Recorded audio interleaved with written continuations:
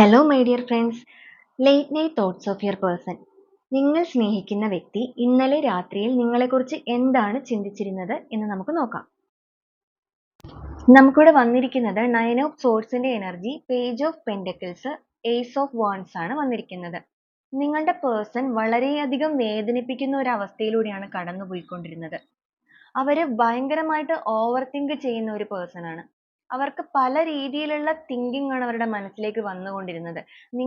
നിങ്ങളുമായിട്ട് പിരിഞ്ഞു നിൽക്കുന്ന ആ ഒരു സമയത്ത് അവർക്ക് അവരുടെ മനസ്സിൽ നിങ്ങളിൽ നിന്ന് വിട്ടു നിന്നതിലുള്ള വേദന ഉണ്ടെങ്കിലും അവർ നിങ്ങളുടെ അടുത്തേക്ക് ഇതുവരെ വരാനായിട്ട് തയ്യാറായിരുന്നില്ല. അവർ ഓവർ തിങ്ക് ചെയ്ത് നിങ്ങൾ അവരെ വിട്ട് പോകുമോ എന്നൊരു ഓവർ തിങ്കിങ് ആയിരുന്നു അവര്.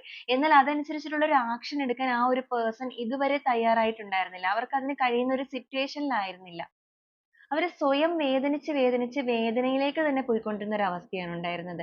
എന്നാൽ ഇപ്പോൾ ഈ ഒരു സമയത്ത് ആ ഒരു പേഴ്സൺ സ്വയം തീരുമാനമെടുത്തിരിക്കുന്നു. അവർക്കൊരു ഇമോഷണലി ഒരു സ്റ്റെബിലിറ്റി കൈവന്നിരിക്കുന്നു. അവർ ഇമോഷണലി സ്റ്റേബിൾ ആയിരിക്കുന്നു. അവരവരുടെ എയിം എന്താണെന്നുള്ളതും അവരുടെ ഒരു ജീവിത ലക്ഷ്യം എന്താണെന്നുള്ളതും അവരുടെ മനസ്സിൽ അവർ തന്നെ ഊട്ടിയുറപ്പിച്ചിരിക്കുന്നു. നിങ്ങളെന്ന വ്യക്തിയെ എത്രയും വേഗം വന്ന് കാണണമെന്നും നിങ്ങളുമായിട്ട് ഒരു സക്സസ് ആയിട്ടുള്ള ഒരു ലൈഫ് സ്റ്റാർട്ട് ചെയ്യണമെന്നുമാണ് അവർ ചിന്തിക്കുന്നത്.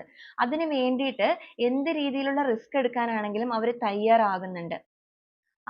അതിലേക്കുള്ള ഒരു യാത്രയ്ക്ക് വേണ്ടിയിട്ട് അവർ തയ്യാറെടുപ്പുകൾ നടത്താൻ പോവുകയാണ്. അതിന് വേണ്ടിയിട്ട് അവരൊരു തുടക്കം കുറിച്ചു കഴിഞ്ഞു.